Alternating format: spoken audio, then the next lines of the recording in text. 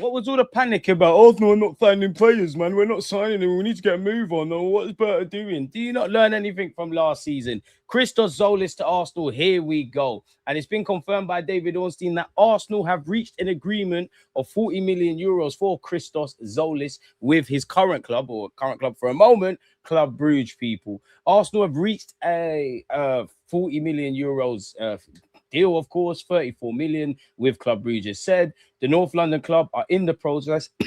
Apologies, people. I'm getting excited. I'm almost losing my breath. And my life, people, are in the process of finalizing a deal for the 24-year-old.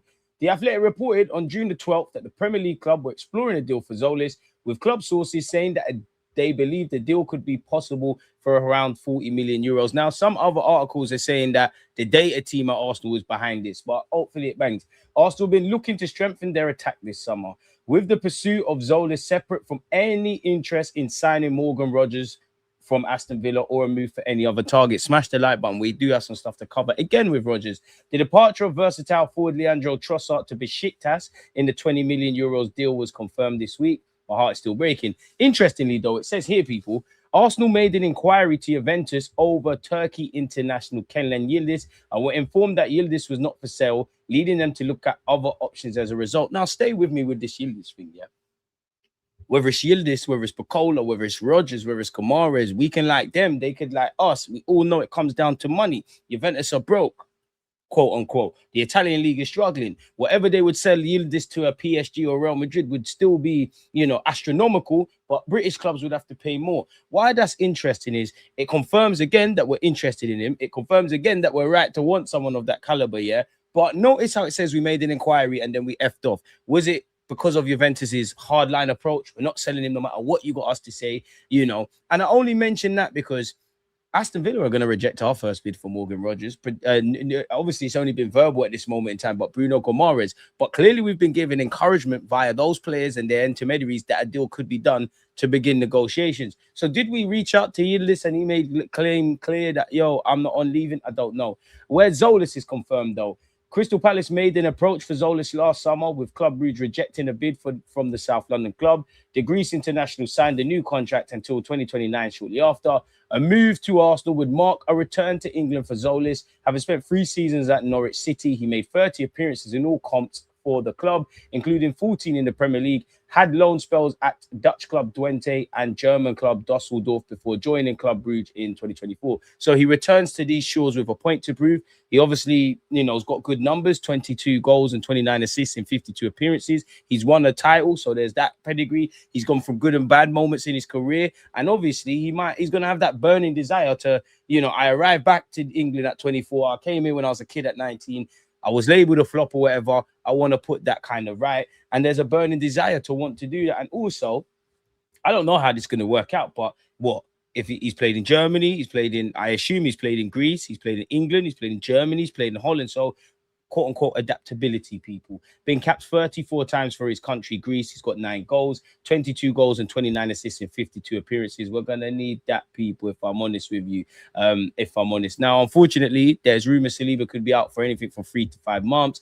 There's speculation of surgery. I did cover this in another video. We can't really comment until we know everything. But we were linked with Konza before, and you can imagine we're going to be linked with him again. William Saliba's uncertain return timeline has made Arsenal's interest in Ezri Konza particularly timely. The versatile defender could provide cover during Saliba's expected absence. Right back, centre half. I think he's got 2 years left at Aston Villa. They're going to price him out of a move, innit? I know we can't get him for this, but 35 million quid, I would have that. English, Londoner, experience, can play right back, can play centre half, can deputize in Saliba's absence, obviously help us. Because again, it's all fun and games saying we got Mosquera, we got this. If he's out for 3 to 5 months, that takes us to October, November, right? So that's all of the players that have played last season and put their bodies on the line. Some are participating at the World Cup. Injuries can strike at any time. At that point in the season, we're not going to be in August where it's a game a week. We're going to be in the thick of it where it's 3 games in 10 days, every 10 days, Champions League, League Cup, FA Cup would be approaching at the turn of the year, the Premier League, you'd have at least, forgive me if I'm wrong, September there's an international break, October, November there's another one. So there'll be 2 to 3 international breaks. there will unfortunately be injuries. There'll be a lot of football being played. So we do need to be very cute and clever with a number of players, people. So what do you lot make of Tzolis? What do you lot make of Konza? Do you actually feel we need defensive cover?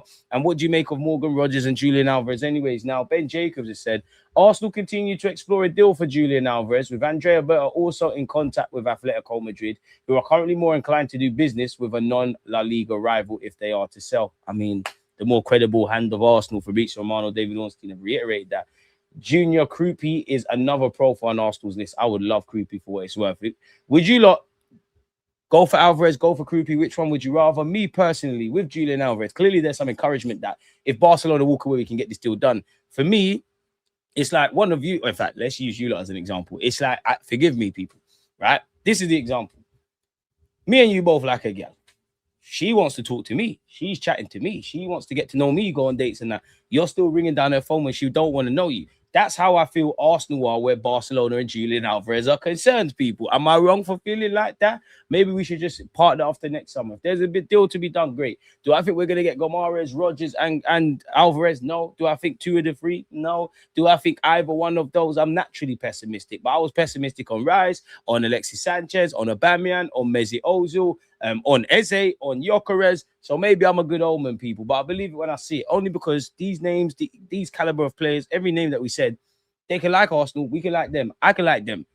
It comes down to money. Until I see bids accepted, rejected, or most importantly, fees agreed from club to club, Arsenal, whoever, then it just remains talking points here, if I'm honest, people. Ben Jacobs has said Arsenal are set to bid for Morgan Rogers after holding talks with both the player and Aston Villa, with club-to-club negotiations expected to accelerate after the World Cup. That is what we was genuinely led to believe, people, in general. Now, if I go on this, and where's Fabrizio Romano? Because Fabrizio Romano spoke on this. I know he tweets every flipping hour, in it, people. So you're going to have to bear with me. Oh, thank the Lord, people. Thank the Lord. Arsenal are now set to accelerate on Morgan Rogers' deal. Top target as new winger, as always mentioned. Talks already advanced on the player side, and separate case from Tzolis. Arsenal always wanted both. No talks for Bacola so far. Focus on Rogers, people. Andrea Berta has put in groundwork on deals. Sources say he's a machine who gets to the training ground early in the morning and doesn't leave until late. It's understood that Berta refuses to be drawn into a deal which is not good monetary value for Arsenal. Fair play.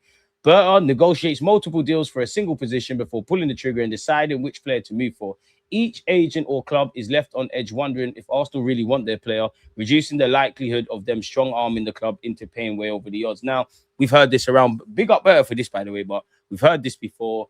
Ain't anything really new. Berta, keep doing what you're doing. Make sure we get the signings in. Izan Khan has also said the buzzword circulating around Arsenal's training ground is patience. The World Cup has made negotiating deals tricky, but with the tournament concluding on Sunday, there's an expectation that business at Arsenal will start to be ramped up from next week. I think we all pray and hope that is the case, people. Is there anything new on this? Big up Max Dowman. Big season from you. Let's keep it moving, people.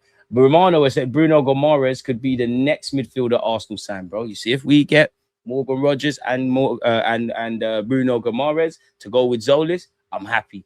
Get me another defender, I'm gassed. You get me a Bacola, I'm just saying random names, a Bacola, a Junior Eli Kroupi Jr., who else is there? Alvarez, or these profiles, but not necessarily these names. I'm even more excited, people. But let me know your thoughts, though.